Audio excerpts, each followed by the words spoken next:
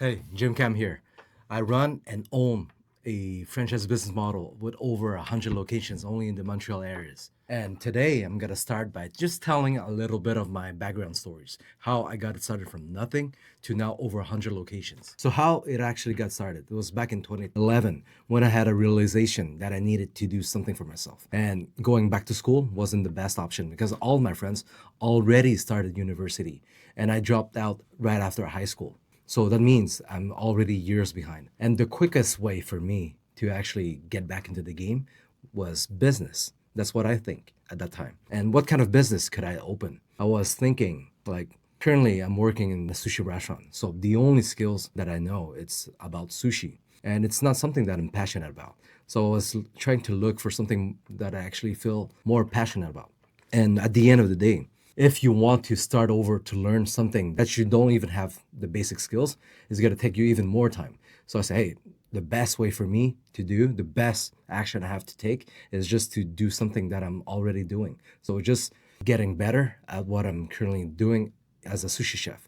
So the moment that I decided to open my own sushi restaurant business, I started to learn through YouTube videos to working at multiple sushi restaurant locations in order to get as much inside knowledge as possible in order to myself be able to open my own. And then a year has passed. I sold my car. I took the bicycle for almost a year just in order to save as much as I can. And then at the age of 23, I managed to open my first restaurant business, a sushi takeout called Sushi Sama. So this is my first business that I founded. And ever since opening my first Sushi Sama restaurant, I had the ambition and the goal to have 10 restaurants under my own name. So I work every single day toward that goal. And from 2012 opening the first location, I managed to open the second locations in 2015. And by 2016, the good thing is both locations were doing very good numbers and I started to be able to pull away from operation. So I could have focused more on the brand itself, on the system in order to grow. But one bad thing's happened. 2 days before Christmas 2016, my second location caught fire. So it burned down. And at that time, it really hit me so hard because I lost like 50% of my revenue. It's something that really gave me like a straight hit in my face. And then I start just thinking by myself every night. I say, hey, did I do something wrong? I just wanted to keep expanding my business in order to retire my parents, giving a good life to my wife and myself. So imagine having a restaurant of yours burned down 2 days before Christmas. That is something very sad to experience. When my second restaurant burned down, I realized that the problem is not that I lost one restaurant. It's because I lost 50% of my revenue due to the fact that I only had two restaurants. But imagine the same problem will not affect me as big if I had 10 instead. If I lost one out of 10, I also have nine restaurants. That means 90% of my business are still running. So this is where I told myself, hey, the problem is not the fact that I lost something, it's the fact that I'm not big enough. So I came back on my 2 feet with the goal to keep expanding my business. So in 2018, I opened my third Sushi Sama location and everything was doing good. By the end of 2018, another bad event happened. But this time it wasn't on the business side, it was on the personal side. But I also came with the same mindset that it's not the fact that I lost something or something bad happened to me. It's just that I'm not big enough to fight my problems. So I always have to get bigger than my problems. So at that moment, I say, hey, I'm not moving at a fast enough pace. So I went from 2012 first location, 2015 second locations, and 2018 the third location. So I needed to come with a new ideas on how I can expand way faster. So in 2019, this is where I came with the ideas of Poke Station. It's a easier to manage business model, but using the same quality ingredient as a sushi restaurant and create a completely new concept that can be run by basically anyone. So this is how Poke Station was born. And to test myself, to prove myself right, I decided to open for the first time two locations within 1 year. And also to give me a little bit more challenge, I also put the opening date only 2 weeks apart, one from each other. So that means I have to manage constructions, I need to manage hiring, training people, and also building the clientele all at once. I pulled myself out of the day-to-day operation of the business just 2 months after the opening of both location. So this was like a record-breaking deal for me. So this is where I said, hey, I think I have found like a key.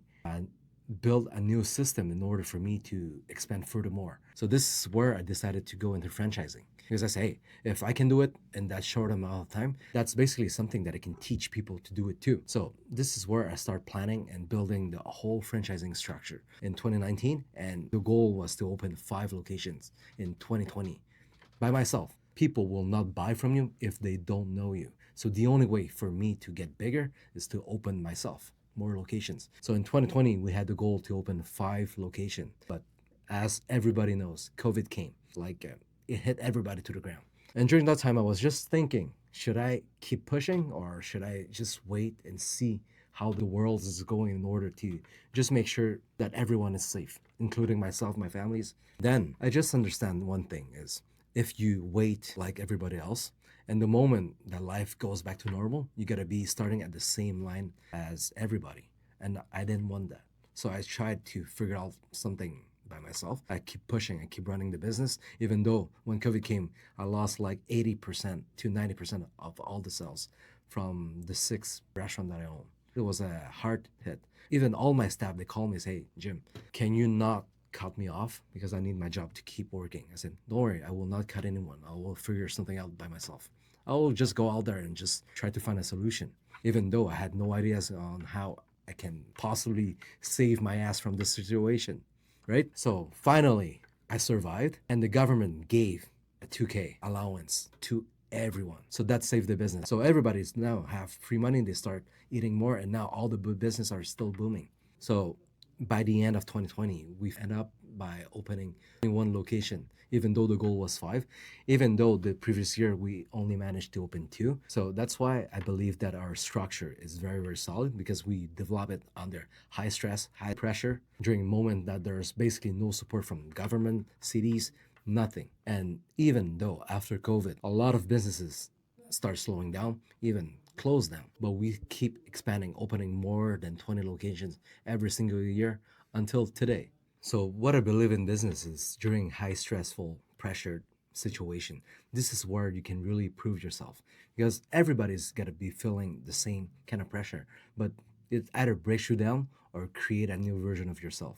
So every time that I encounter like real challenges, this is where a new you has to be born, not only for you but for the business. And the last big real challenges that we faced was during COVID, like I just mentioned. So this is where I learned so much about the business and also so much about the system. I didn't know anything about loans. I didn't know anything about getting investors, private investor, even private loans, finding more partners, but all that was pushed toward me during those pressured situation. And that's how I managed to expand so fast just in the Montreal areas alone. We had over 100 locations with all the brands because the same structure that we built, we can always use it back. So it's a rinse and repeat formula that so far is working very well.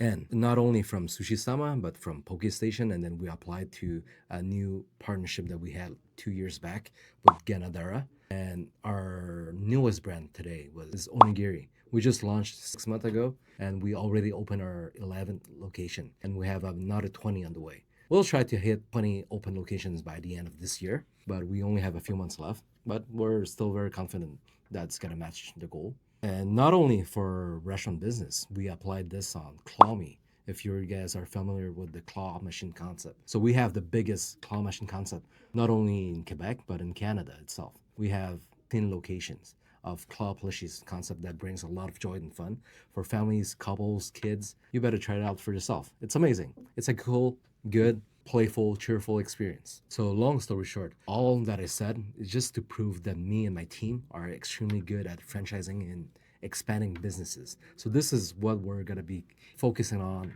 for probably the rest of our life, just to keep growing and expanding businesses through franchises or other ways that we're gonna keep developing. So what's coming up for us is really keep expanding and having more partnership and probably joint ventures, collaboration with other brands. Because me and my team were looking to expand more across Quebec. So Canada and also United States. Not to mention, we already have locations in Ontario, in Manitoba, even in Georgia, Atlanta. So I'm just really excited having you guys to join the journey. I'll be documenting everything that we gotta do, from how we're gonna keep expanding and what kind of brand that we're gonna create or joint venture partner. And that's pretty much it for now. See you guys soon.